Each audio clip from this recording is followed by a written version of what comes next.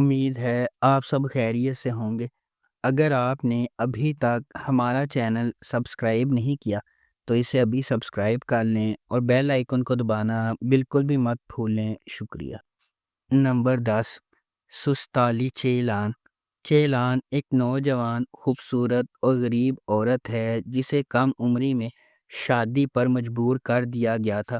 چھوٹے یوسف کی ماں، وہ اپنے بیٹے کی خاطر اپنے بے روزگار، دھوکے باز اور خام شوہر نجمی کو برداشت کرتی ہے۔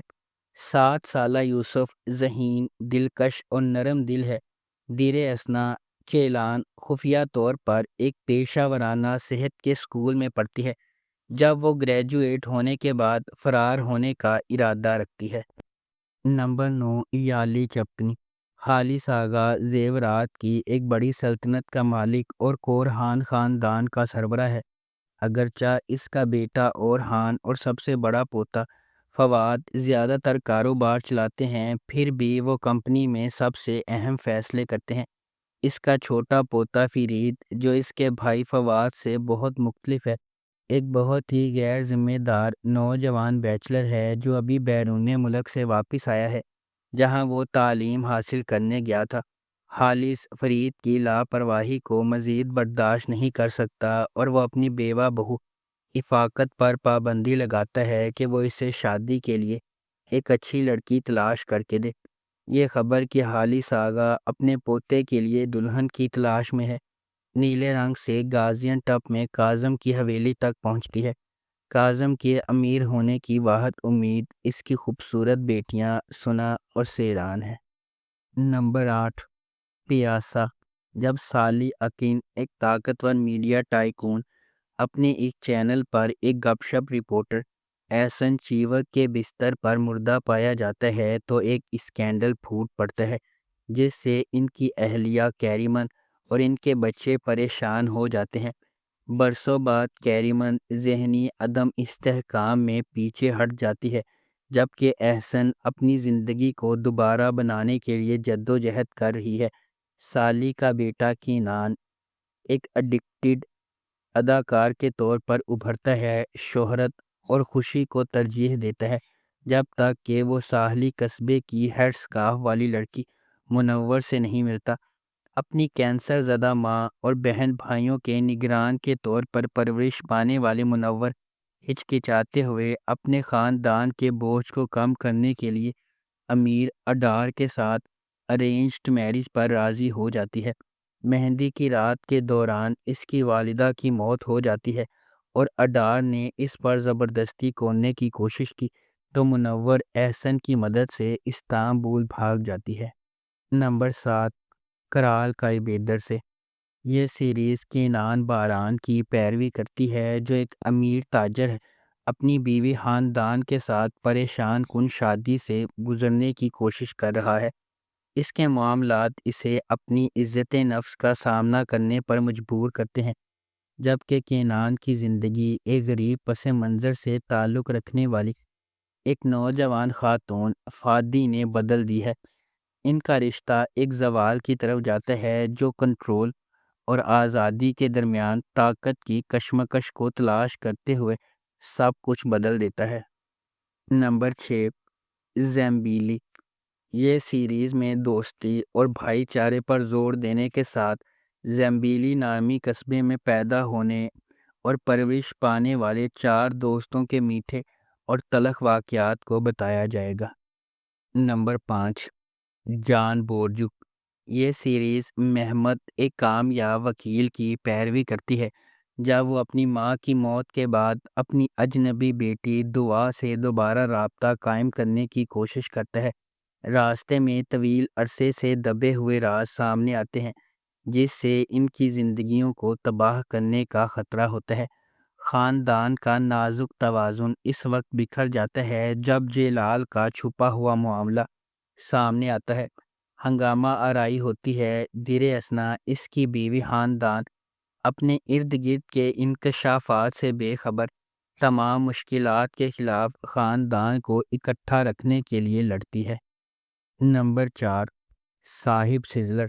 6 بہن بھائیوں کی کہانی عزیزے، کیمو، زیلیہا، فیدان، سامت اور بالم، جو اچانک اپنے والدین کو کھونے کے بعد متحد رہنے اور زندہ رہنے کے لیے جدوجہد کرتے ہیں۔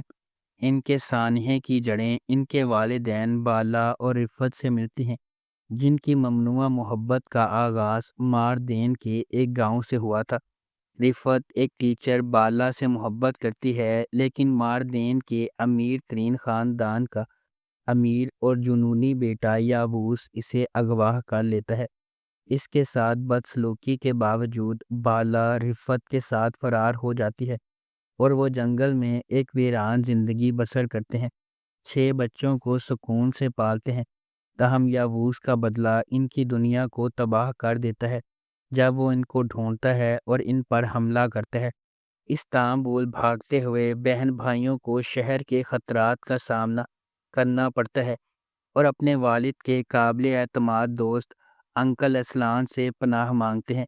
کہانی لچک پر روشنی ڈالتی ہے کیونکہ بڑے بہن بھائی زبردست چیلنجز کا سامنا کرتے ہوئے اپنے چھوٹے بھائیوں اور بہنوں کی حفاظت کے لیے تیزی سے بڑے ہونے پر مجبور ہوتے ہیں۔ نمبر 3، ازاغ شہر۔ عالیہ البورا اپنے مرحوم شوہر کے جنازے اور اپنے 5 سالہ بیٹے کے ساتھ اپنے شوہر کی آخری وصیت کو پورا کرنے کے لیے ماردین پہنچتی ہے، تاہم یہ آمد واپسی کے ایک نقطہ کی نشاندہی کرتی ہے اور البورا سے باہر نکلنے کا کوئی راستہ نہیں ہے۔ البورا قبیلے کا سربراہ جیہان البورا عالیہ کی جدوجہد سے لا تعلق نہیں ہے، لیکن اس نے اسے اپنے بچے کو لے کر جانے کی اجازت دینے سے انکار کر دیا۔ ماضی کی تاریکی، پوشیدہ رازوں اور خطے کی تلخ حقیقتوں کا مقابلہ کرتے ہوئے عالیہ البورا اپنے آپ کو اپنے مرحوم شوہر کے خاندان کے ساتھ ایک شدید جدوجہد میں پھنسا ہوا پاتی ہے۔ Number 2، gallon. اپنے والدین کو جانے بغیر پرورش پانے والی یتیم ہانجر نے کم عمری میں ہی زندگی کے چیلنجز سے لڑنا سیکھ لیا۔ چونکہ اس کا اپنے بھائی کے علاوہ کوئی نہیں ہے، اس لیے وہ ایک جنگجو جوان عورت میں بن گئی ہے جو اپنے پاؤں پر کھڑی ہے۔ ہانجر اپنے بیمار بھائی کو اس مشکل زندگی سے بچانے کے لیے کچھ بھی کرنے کو تیار ہے۔ ایک امیر خاندان کے واحد وارث جیہان نے اپنی والدہ مقدر کی طرف سے ارینجڈ میرج کا یہ خیال قبول کیا، جس نے اسے بتایا کہ ان کے نیک خون کو جاری رکھنے کے لیے اسے ایک بیٹا ہونا چاہیے۔ مقدر ہانجر کی خوبصورتی کی طرف متوجہ ہوتی ہے اور اسے اپنے بیٹے کے لیے موزوں پاتی ہے۔ اگرچہ اسے یہ خیال پسند نہیں ہے، ہانجر اپنے بھائی کے علاج کے اخراجات کو پورا کرنے کے لیے اس شادی کو قبول کرتی ہے۔ نمبر 1، کیزل گونجا لار۔ کیزل گونجا لار مریم کی دل خراش کہانی سناتی ہے، جس کی شادی ایک اسلامی فرقے میں 14 سال کی عمر میں ہوئی تھی اور اب وہ اپنی بیٹی زینب کو شیخ کے پوتے کی دلہن جیسی قسمت سے دو چار ہونے سے روکنے کے لیے بہادری سے لڑ رہی ہے۔ اس کی بھابھی کی رہنمائی میں، جو فرقے کی ایک سابق رکن ہے، انہیں احساس ہوتا ہے کہ انہیں فرقے کے طاقتور چنگل سے زینب کو بچانے کے لیے بھاگنا چاہیے۔ ڈرتے ڈرتے اپنے منصوبوں کو اپنے ظالم شوہر سے چھپاتے ہوئے مریم کو پہلے سیکولر سائیکیٹرسٹ لیونٹ کے گھر میں دیکھ بھال کرنے والے کے طور پر پیسہ کمانا چاہیے، جو اس کی مدد کرنے پر راضی ہے۔ ان کے متصادم مذہبی اور ترقی پسند عقائد کے باوجود مریم اور لیونٹ جذباتی طور پر ایک ساتھ کھینچے جاتے ہیں، لیکن ان کی زندگی میں انتشار اور گہرا ہوتا جاتا ہے جب ان کی بیٹی کی شناخت سامنے آتی ہے۔ اگر آپ کو ہماری یہ ویڈیو پسند آئی ہے تو اسے لائک کریں، شیئر کریں اور ہمارے چینل کو سبسکرائب کرنا بالکل بھی مت بھولیں۔ آپ کا بہت بہت شکریہ۔